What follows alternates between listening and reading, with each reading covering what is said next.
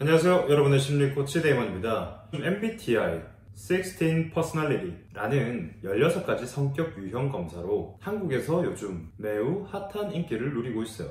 MBTI로 연애, 친구 관계, 인간관계를 어떻게든 증명내리려고 합니다. 정확히 말하지만 이렇게 하면 관계들 다 망합니다. 사람들이 왜 이렇게 MBTI에 열광하는지 먼저 한번 얘기해볼까 합니다. 인간은 기본적으로 자신이 누구인지, 어떻게 살아야 되는지, 내 운명은 어떤 것인지, 내 삶의 목표는 무엇인지에 대해서 상당히 궁금해하는 게 인간입니다. 그리고 거기에 대해서 확증 내리고 싶어 합니다. 왜 이런 자기에 대한 분석과 해석을 하느냐? 자기 경계를 닫아두려고 하는 것에 있습니다. 나도 모를 외부의 위협으로부터 나를 닫아둘 수 있습니다. 자기 경계를 정해둠으로써. 그렇게 자신을 미리 단정짓고 체험의 경계를 좁힘으로써 얻을 수 있는 건 뭐냐? 외부에 존재하는 위협의 두려움을 줄일 수 있다. 그래서 나는 이런 사람이다. 이렇게 될 수밖에 없었네. 나는 이래서 저거 못해. 나는 무슨 유형이라서 공감 못해. 나는 무슨 유형이라서 조용한 사람이랑 못 있어.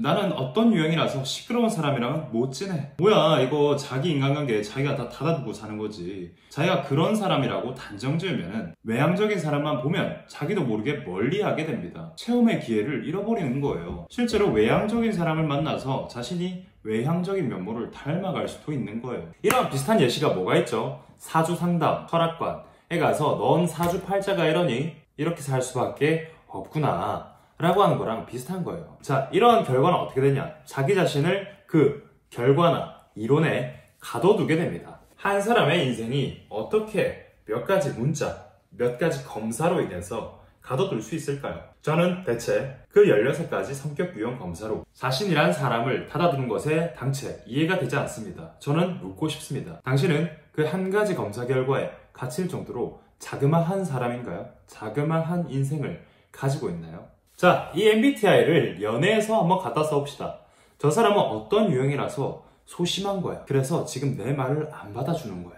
라고 생각하고 있습니다. 그럼 저 사람은 사실 소심한 게 아니라 지금 네가 마음에 안 드는 거야.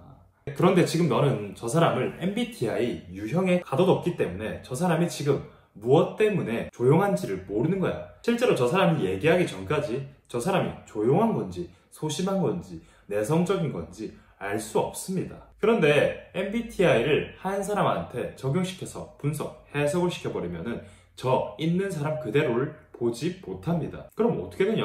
더 말할 필요 있어? 헛발질 하겠지. 저 사람 사실 내가 좋은데 소심해서 아무 말 하지 못하는 걸 거야. 자, 제가 오늘 영상에서 주요 깊게 말하고 싶었던 내용은 사람의 정체성은 성격 유형 검사로 결정될 수 있는 것이 아니라 장소, 시간, 환경에 따라서 바뀐다는 거예요.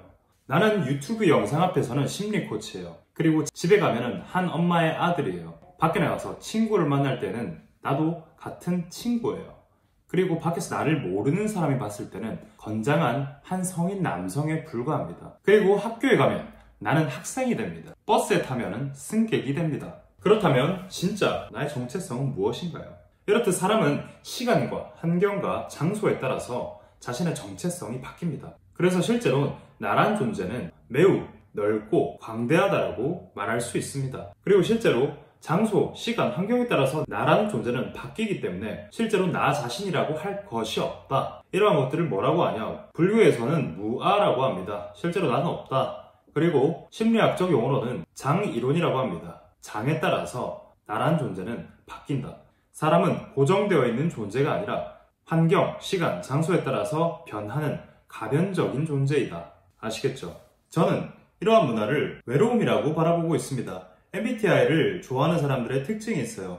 무리짓기라는 겁니다. 같은 유형들끼리 무리지어서 공감을 한다는 겁니다. 저는 여기 그 공감이 핵심이라고 생각합니다. 모두가 남인 것 같지만 이런 하나의 유형 검사로 우리는 같은 사람, 같은 편이라는 걸 알 수 있구나. 그때 나는 세상에 혼자 남겨진 것이 아닌 같은 편이 있는 존재로 위치할 수 있구나. 이런 같은 유형의 무리짓기는 인생의 무한한 외로움을 어느 정도 상쇄시켜주는 작용을 합니다.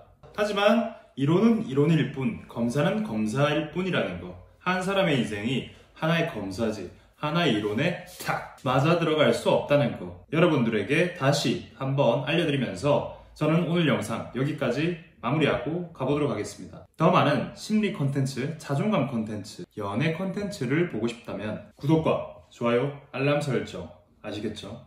다음 시간에 또 오겠습니다. 바이바이!